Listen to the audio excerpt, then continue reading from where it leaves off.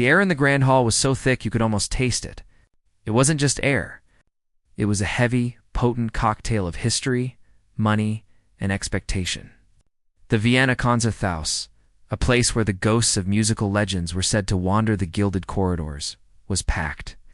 Every seat was filled with a person who either had a fortune, a title, or the rare, priceless honor of an invitation. The scent of old velvet, expensive perfume, and the faint, dusty whisper of centuries-old music hung in the stillness. It was a silence that demanded respect, a quiet so profound that the soft rustle of a program page sounded like a thunderclap. On the stage, under the warm, focused glare of a dozen spotlights, sat a long, curved table. This was the arena, and behind it sat the judges. But all eyes, all the unspoken fear and reverence in the room, were for the man in the center. Maestro Karl Richter. He was a monument carved from flesh and bone. A living legend whose opinion could make a career or shatter one with a single, cutting remark. His hair was a stark, dramatic silver, swept back from a high forehead, and his eyes, a piercing, icy blue, missed nothing. He sat with a rigid posture, his fingers steepled before him, a king surveying his court. He had just listened to a young woman from Moscow play a Rachmaninoff concerto. Technically, it had been flawless. Every note was perfect, every dynamic executed with machine-like precision. She had finished, her chest heaving with a mixture of exertion and pride, and had looked to the maestro for his verdict. He had let the silence stretch for an uncomfortably long time, letting her hope curdle into anxiety. Then he spoke, his voice a low, dismissive rumble that carried to the very last row. Technically proficient, he began, and the word proficient hung in the air like an insult. You have fingers. I will grant you that. But a piano is not a typewriter, my dear. You have typed the notes, you have not felt them. There was no soul in that performance, only a sterile, academic display of skill.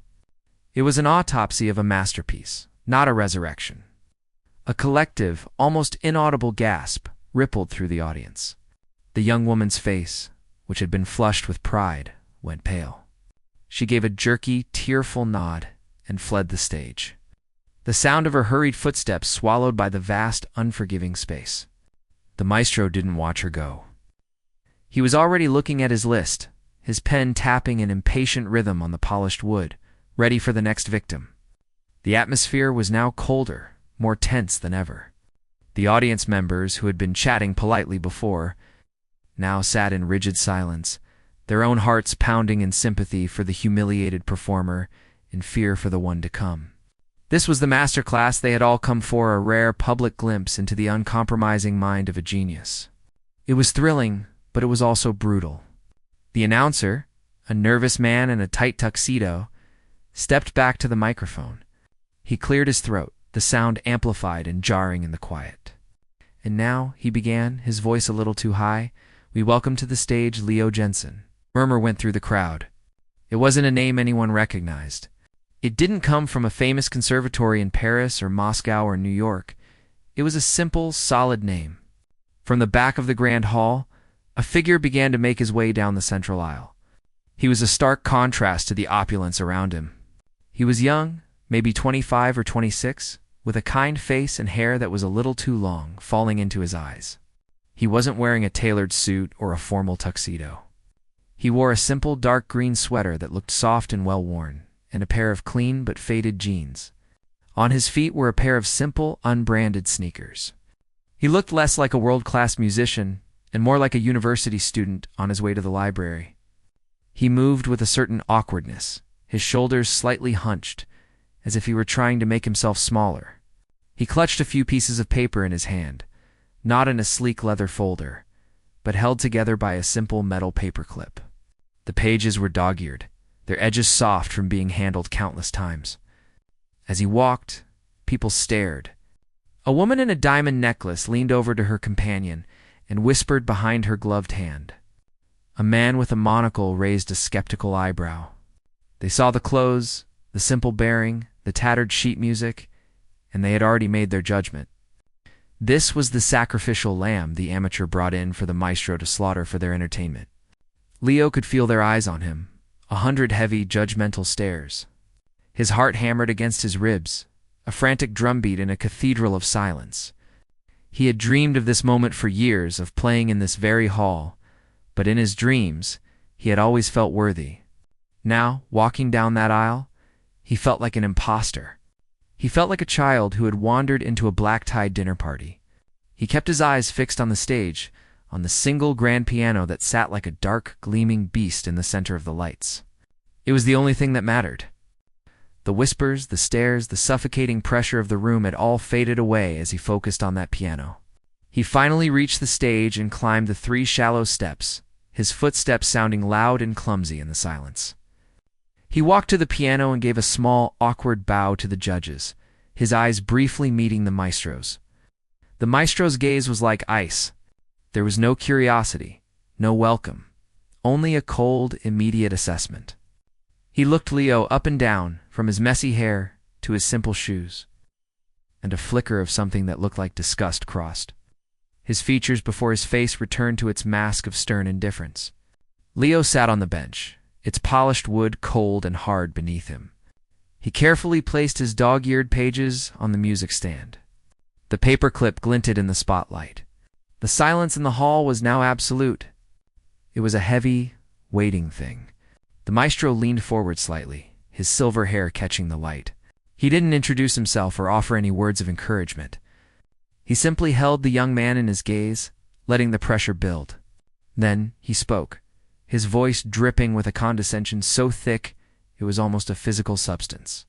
"And what will you be playing for us today, young man?" The question was a trap. The maestro expected a standard answer, a famous composer's name that would allow him to display his superior knowledge. Leo took a shaky breath.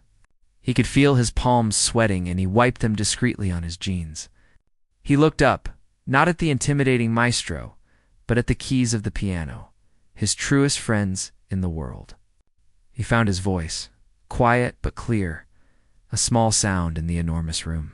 "It's a piece one wrote myself, maestro." He paused, then added, "It's called My Father's Workshop." For a moment, there was only silence. Then a sound erupted from the center of the judge's table. It was a laugh.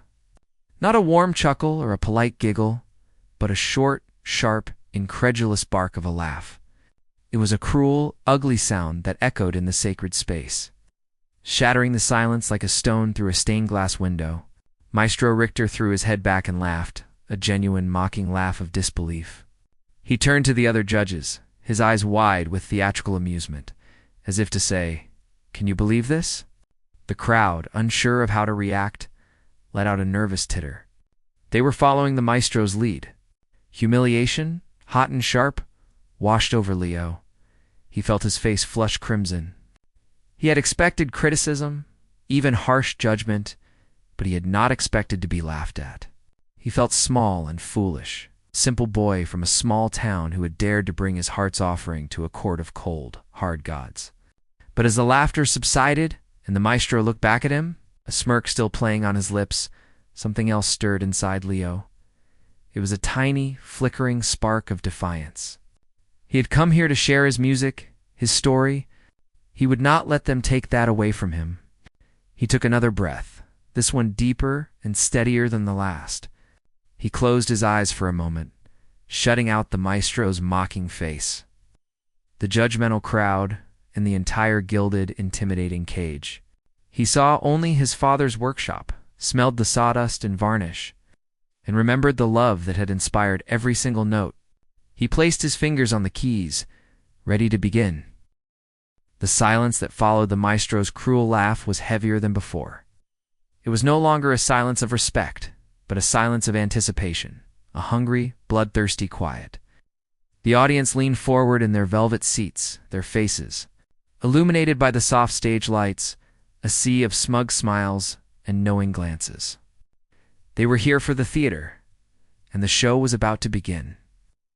They expected a disaster, a train wreck of misplaced notes and amateurish arrogance.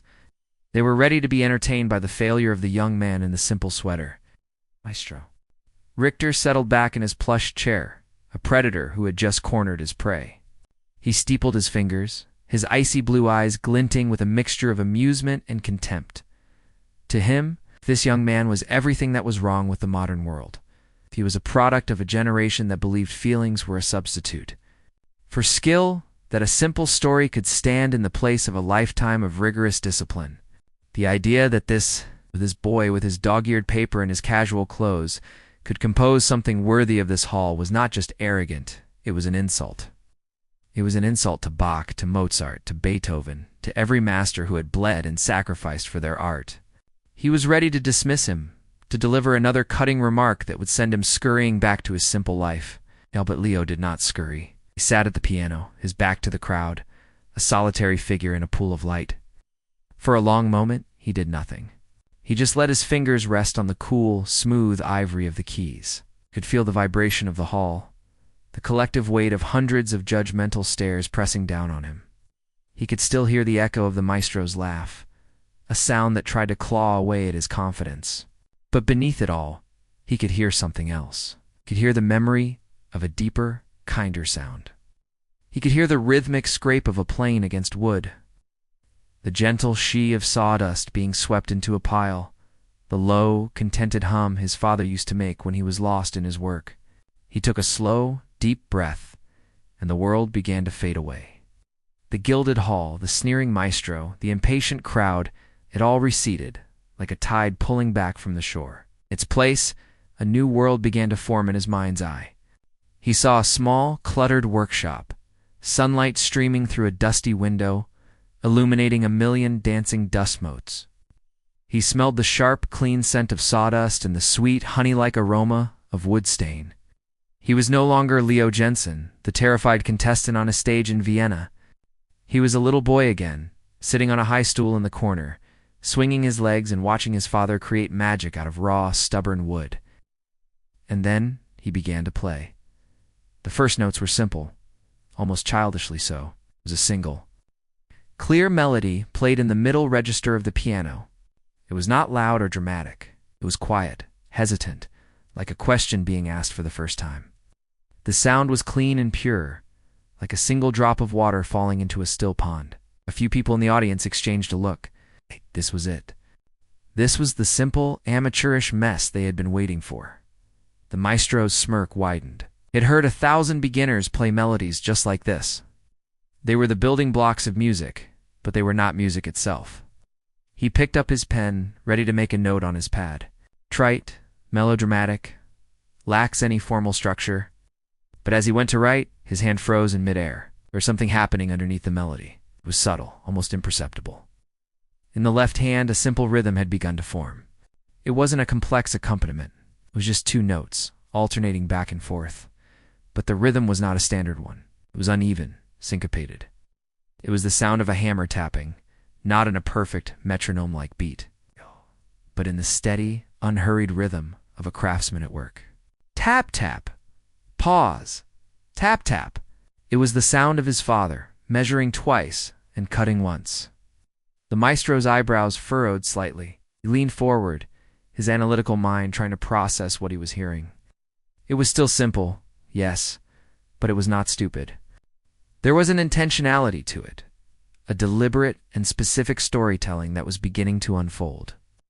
The melody began to grow. It was no longer just a single line. A new voice was added, a harmony that shadowed the main tune like a gentle echo. It was a harmony that shouldn't have worked, theoretically. It used notes that were just slightly off, creating a feeling of warmth and nostalgia, a sense of looking back at a memory that is both beautiful and sad. It was the sound of sunlight. On a dusty floor, the feeling of a worn wooden handle in the palm of your hand. The whispers in the audience began to die down. The woman who had been whispering to her companion now sat forward, her own hand unconsciously rising to rest on her chest. The man with the monocle lowered it, his eyes no longer narrowed in skepticism, but wide with a dawning curiosity. They were no longer listening to a boy play a piano. They were being invited into a memory. They were in the workshop with him. The music began to build in complexity. The simple hammer rhythm in the left hand was joined by a deeper, resonant the sound of a great piece of wood being planed smooth. The melody in the right hand began to dance, leaping up and down the keyboard like a child playing among the shavings on the floor. It was a joyful, carefree sound, full of wonder and innocence. And then a new sound entered. A low, rumbling bass line like a great engine starting up in the corner of the workshop. It was the sound of the old lathe, a machine his father had bought secondhand and spent months fixing. It was a grumpy, unpredictable beast, but when it sang, it could turn a block of rough timber into a thing of breathtaking beauty. The music now had layers. It was a conversation between different parts of the workshop, between the past and the present. The simple, childlike melody was now intertwined with the complex, powerful voice of the machine. It was the story of growing up, of realizing that the world was a more complicated and more powerful place than the sunny corner of a workshop. Maestro Richter was no longer smirking. His pen lay forgotten on the table. His body was rigid, leaning so far forward he was almost out of his chair. His mind was racing. He was trying to dissect it, to break it down into its component parts. To find the flaws, the technical errors he knew must be there. But he couldn't. The music defied his categories. It was structurally sound, but it broke all the rules. It was emotionally raw, but it was constructed with a surprising intellectual rigor. It was like nothing he had ever heard before. Both simple and profound, a paradox that fascinated and infuriated him. He looked at the young man's hands. They were not the hands of a virtuoso. They did not fly across the keys with impossible speed. They moved with a quiet purpose, each note placed with care and precision. It was not a performance of technical skill, but a performance of truth. The music shifted again. The joyful, dancing melody began to slow down. The rhythm of the hammer became less frequent, more tired. The low hum of the lathe faded away. A new theme emerged, played softly, hesitantly. It was a variation of the original melody, but it was sadder, more contemplative. The harmonies became more dissonant, filled with a quiet ache. It was the sound of coming home from school to find the workshop dark and silent. It was the sound of understanding that his father was getting older, that his hands were sore, that the joyful dance of creation was also a dance of struggle and sacrifice. A single high note hung in the air, trembling like a tear. And then, from the depths of the piano, a low, powerful chord began to swell, a wave of sound that seemed to rise up from the very foundations of the hall. It was a sound of resilience, of enduring love, of the unbreakable bond between a father and a son. The music was no longer just a memory. It was a living, breathing thing. It was filling the hall, wrapping itself around every person in the audience, demanding their full and undivided attention. The maestro stared, his face a mask of stunned disbelief. The crowd stared, their faces wrapped with emotion. And in the center of it all, Leo played, his eyes closed, lost in the world he had created. A simple man telling a simple story that was, in its own way, more epic and more powerful than any symphony ever written. The quiet sadness that had settled over the hall was a fragile thing, like the first frost of winter. The melody that now drifted from the piano was a departure from the earlier themes of sunlight and sawdust. It was a slower, more pensive tune, filled with a sense of longing and a quiet, unspoken worry. The harmonies were more complex now, tinged with a subtle dissonance that created a feeling of unease, like a door left slightly ajar in an empty house. It was the sound of a workshop that was no longer a place of pure creation, but a place of burden. The steady, comforting rhythm of the hammer was gone. In its place was a more hesitant, faltering beat, like a heart that was skipping. The audience sat in complete silence, their earlier smugness and curiosity replaced by a deep, shared empathy. They were no longer just listeners. They had become confidants. The young man at the piano was telling them a secret, a story of a time when the light in his father's workshop began to dim. Maestro Richter was utterly still. His analytical mind, which had been working so furiously at the beginning, had now surrendered. He was no longer trying to deconstruct the music or find its flaws. He was simply feeling it. The notes were bypassing his intellect and speaking directly to his heart, a place he had kept carefully guarded for decades. He saw a flicker of a memory in his own mind, a cold apartment in Berlin, his own father. A tired man with ink-stained fingers, slumping over a desk piled with unpaid bills. He quickly pushed the image away, but it left a crack in his icy facade. The music began to shift again, a dark cloud gathering on the horizon. The simple, sad melody was now joined by a low, ominous rumble from the lower registers of the piano.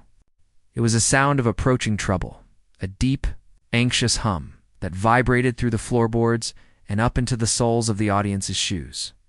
The tempo began to pick up, not into a joyful dance, but into a frantic, desperate pace. The notes became more agitated, tumbling over one another in a cascade of sound that was both beautiful and terrifying. It was the sound of a storm breaking inside the workshop. The melody was now a cry for help, fragmented and pleading, lost in the chaos of the raging harmony. It was the sound of a family struggling to stay afloat, of a father's shoulders sagging under a weight too heavy to bear, of a son watching helplessly from the sidelines. Leo's body was tense, his muscles coiled like a spring. His fingers, which had moved with such quiet purpose before, now flew across the keys with a fierce, almost violent energy. He was no longer just playing the piano. He was fighting a battle on its 88 black and white keys. Beads of sweat formed on his forehead, his breath coming in short, sharp gasps. He was channeling a lifetime of stored-up emotion, fear, frustration, love, and a deep, aching helplessness into the music.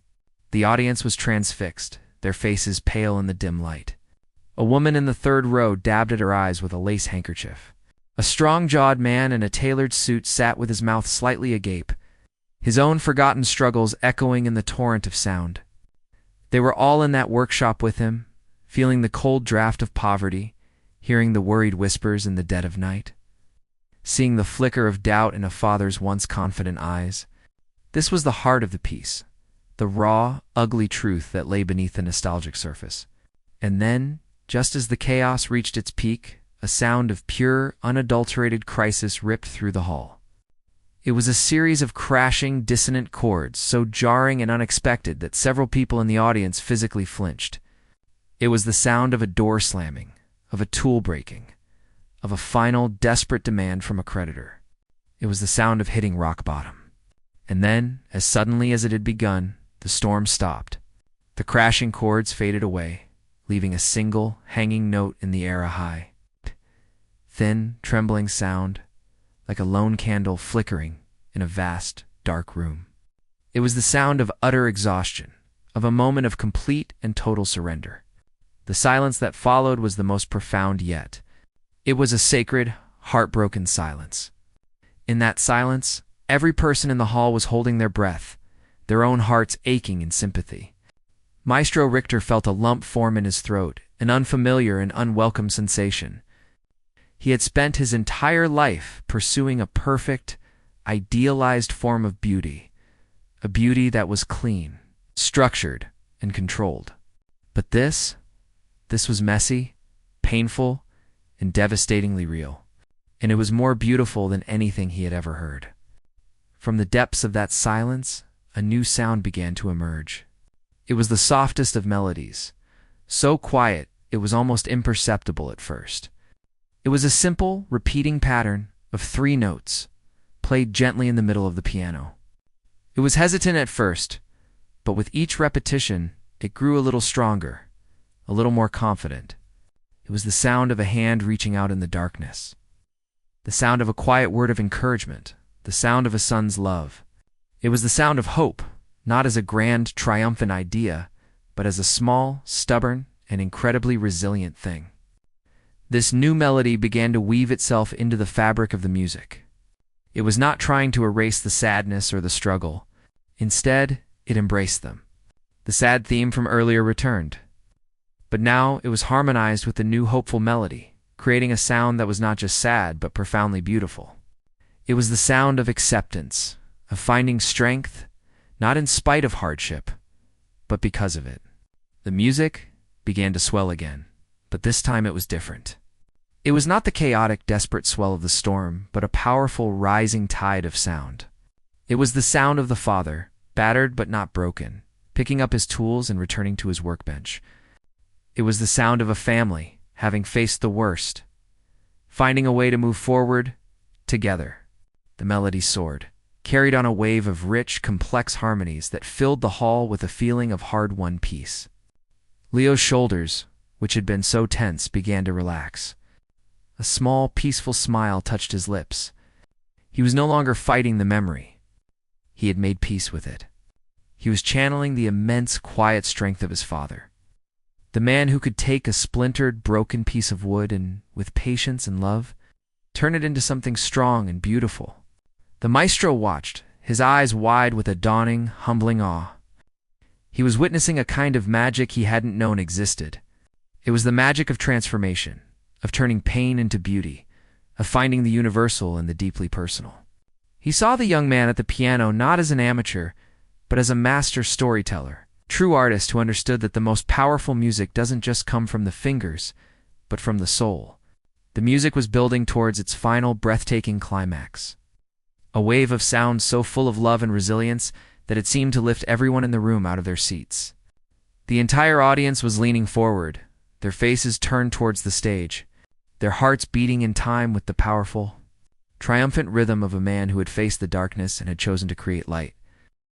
The music that filled the grand hall was no longer just a story. It was a living, breathing force. It was the sound of a sunrise after the longest night, a slow, magnificent unfolding of light and warmth. The melody, which had been a quiet whisper of hope, now swelled into a full-throated, triumphant declaration. It soared and dipped, weaving through rich, complex harmonies that felt both groundbreaking and as ancient as the hills. It was the sound of a father's love, not as a gentle, sentimental thing, but as a powerful, unshakable force of nature, a mountain that shields you from the storm, a river that carves a path through solid rock. Leo was no longer just sitting at the piano. He had become a conduit for something far greater than himself. His body swayed with the music, his eyes closed, his face a mask of intense concentration and profound emotion. Sweat dripped from his brow, his fingers dancing across the keys with a strength and a grace that seemed impossible for a man of his simple demeanor. He was pouring every ounce of his being, every memory, every ounce of love and pain into the final breathtaking passage. The sound was immense, filling every corner of the vast hall, vibrating through the velvet seats, through the floor, and into the bones of every person present. It was a wave of pure, unadulterated emotion, and it was carrying everyone along with it. In the front row, the woman with the diamond necklace had forgotten her expensive surroundings entirely. Her hand was pressed to her mouth, her shoulders shaking with silent sobs. The man beside her, a stern-looking industrialist who had built an empire on cold, hard logic, had tears streaming freely down his face. They were not just hearing music. They were reliving their own struggles, their own reconciliations, their own moments of hard-won peace. The young man at the piano had found a way to speak a universal language, a language that transcended class, culture, and education. But the most profound transformation was happening at the judges' table. Maestro Karl Richter was a statue carved from ice, but the music was a relentless, warming sun. The rigid set of his jaw had softened. The cold, analytical light in his eyes had been replaced by a glistening sheen of tears. The pen he had held so threateningly now lay on the table beside his hand, forgotten. For the first time in his long, illustrious career, he was not judging. He was not analyzing. He was simply... The music was dismantling everything he thought he knew.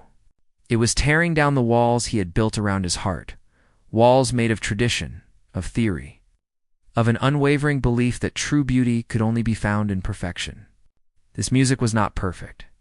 There were passages that were technically unorthodox, harmonies that defied the rules he had spent a lifetime teaching. But it was more real, more honest, and more devastatingly beautiful than anything he had ever conducted or heard. It was the sound of a human soul, laid bare. He saw his own father, not the memory he had carefully curated of a stern but loving man, but the more complex truth, a man who was broken in his own ways, who struggled with his own demons, but who loved him with a fierce, silent devotion that he had never been able to fully appreciate until this very moment. A single tear escaped his control and traced a path down his wrinkled cheek. He didn't wipe it away. The music was reaching its absolute zenith. It was a towering crescendo of sound, a glorious cathartic storm of joy and sorrow and love, all swirling together into one perfect, heart-stopping moment. It felt as if the entire history of human emotion was contained in those few glorious seconds. And then, with a final, decisive surge of energy, Leo's hands came down on the keys. He struck a single monumental chord. It was a sound of immense power and finality, a chord that seemed to contain every note that had come before it, every emotion that had been explored. It hung in the air, a huge, shimmering thing, vibrating with an almost physical force. And then it was gone. Leo lifted his hands from the keys. The last echo of the chord faded into the ancient wood and stone of the hall, and a silence fell. It was not a normal silence. It was a heavy, sacred, profound silence. It was the kind of silence that descends after a life-altering event. Silence so full of meaning that it was louder than any sound. For a full 10 seconds, no one moved. No one breathed. The entire audience, the judges, the staff in the wings hall, were frozen in place, captivated by the ghost of the music that still filled the room. It was as if time had stopped, as if no one wanted to be the first one to break the spell and return to the ordinary world. Leo sat at the piano, his chest heaving, his body trembling with exhaustion. He slowly opened his eyes, blinking in the bright light. For a moment, he looked dazed, lost. He had been so completely immersed in his father's world that coming back to the reality of the Vienna Konzerthaus was a shock. He looked out at the sea of faces, but he didn't really see them. He was still seeing the sunlight in his father's workshop. The maestro was the first to move. It was a slow, deliberate motion. He pushed his chair back and rose to his feet. His face was a canvas of shock, of dawning realization, and of a deep, profound humility. He was not looking at the audience. He was looking only at the young man at the piano, his expression one of utter, undisguised reverence. The silence was finally shattered by a sound from the front row. It was a sharp, indrawn breath, followed by a choked sob. Then a man, an older gentleman in a simple but well-tailored suit, leaped to his feet. He didn't say anything. He just began to clap. It was a wild, fierce, almost desperate sound, a single pair of hands applauding with all the power they could muster. It was a spark in a room full of dry tinder. In an instant, the spell was broken. The woman next to the man shot to her feet, her own applause joining his. Then another and another. A wave of motion started at the front of the hall and swept back with incredible speed. It was a tidal wave of sound and emotion. Within seconds, the entire audience was on its feet. The hall erupted into a thunderous, deafening ovation. It was not polite, formal clapping. It was a raw, visceral roar, a physical force of appreciation that shook the very foundations of the building. People were shouting bravo and bravo, their faces wet with tears, their hands stinging from the force of their own applause. They were not just applauding a performance. They were celebrating a moment of pure, unadulterated truth. They were on their feet for the simple man in the worn sweater who had dared to share his soul with them. Leo watched this incredible scene unfold, his face a picture of utter disbelief. He saw the standing, cheering crowd, a blur of faces and motion, and his mind struggled to process it. He had not played for this. He had not played for fame or for approval. He had played for his father and for himself. He had simply told a story he thought no one but him would ever understand. And now the world was on its feet, roaring for him. Over the deafening roar, his eyes found the maestro's. The legendary, intimidating maestro Karl Richter was not only standing, he was clapping. He was clapping with a passion and a fervor that matched the crowd's. His eyes locked on Leo's, a look of profound respect and gratitude on his face. And in that moment, Leo finally understood. He had not just played a piece of music, he had connected every person in that room to their own father's workshop, to their own stories of love, struggle, and resilience. And in doing so, he had turned a gilded cage into a cathedral. The roar of the crowd was a physical thing, a solid wall of sound that crashed over Leo and left him breathless. He remained frozen on the piano bench, his hands resting limply in his lap, his mind struggling to catch up with the reality of the moment. The world had shrunk to the blinding spotlights and the seething ocean of faces before him, all of them turned towards him. Their expressions a mixture of awe, joy, and tearful gratitude. He saw mouths open in shouts he couldn't hear, hands clapping in a frantic, rhythmic blur, and eyes that shone with a light he recognized the light of a shared memory. A personal pain touched and soothed by his music. He felt a strange disconnection, as if he were watching a movie of someone else's life. This couldn't be for him. He was just Leo, the boy who loved the smell of sawdust. The boy who had poured his heart out onto a few dog-eared pages because he didn't know how else to say what he needed to say. He had expected judgment, perhaps even pity, but this was a torrent of love, overwhelming and terrifying in its intensity. He searched the sea of faces, his eyes scanning for an anchor, something to hold on to in this surreal storm. His gaze found the judge's table, and his heart skipped a beat.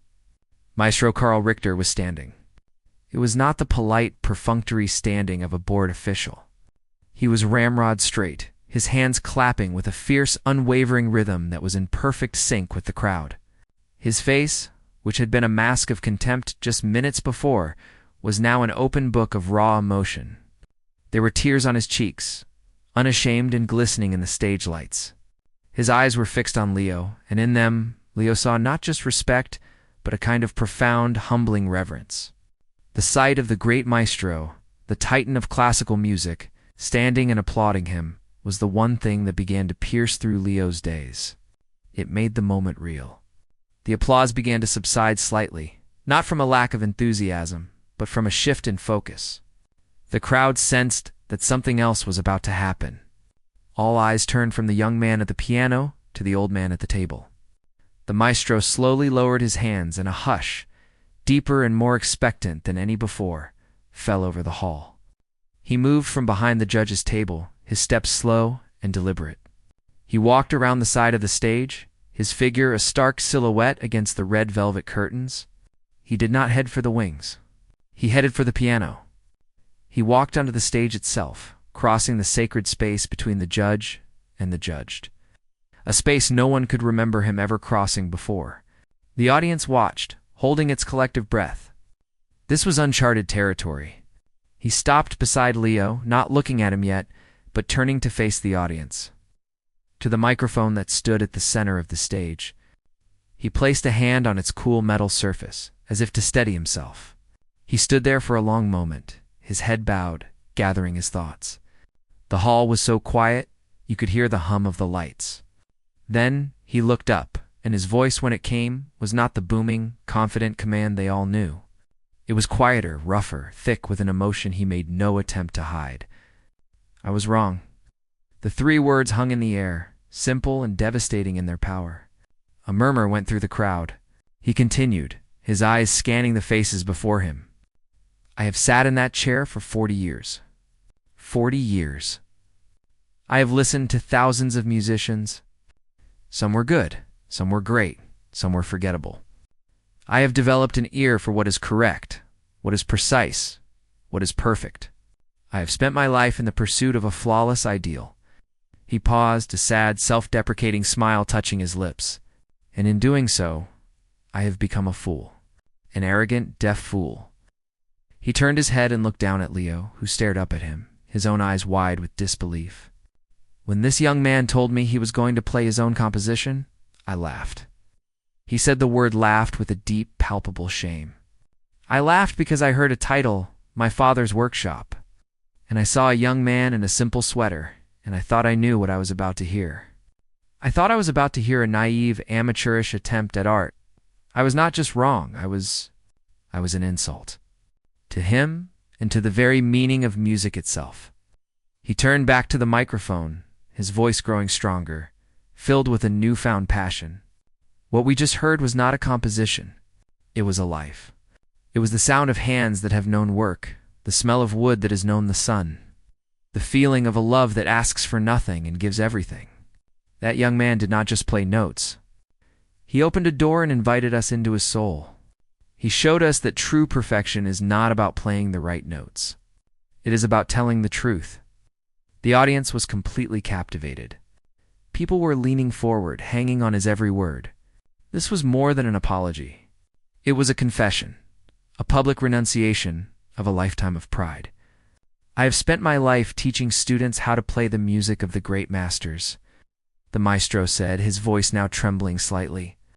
But tonight, this young man has taught me a lesson I will never forget. He has reminded me that the greatest music does not come from the head. It comes from the heart. It comes from the scars on our hands and the memories in our bones. He then did something that stunned everyone. He turned to Leo, and in full view of the thousands of people in the hall and the cameras broadcasting the event to the world, he bowed. It was not a small, formal nod. It was a deep, profound bow from the waist, a gesture of absolute respect from a master to an artist he now recognized as his peer. When he straightened up, his eyes were shining. He extended a hand to Leo. "Leo Jensen," he said, his voice clear and ringing with conviction. "You have more music in your soul than I have heard in a lifetime. You have a gift that the world needs to hear. It would be the greatest honor of my career.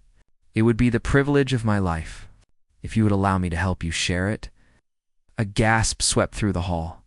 This was beyond anything anyone had imagined. An offer of mentorship, of collaboration, from the maestro himself, was the golden ticket, the ultimate validation.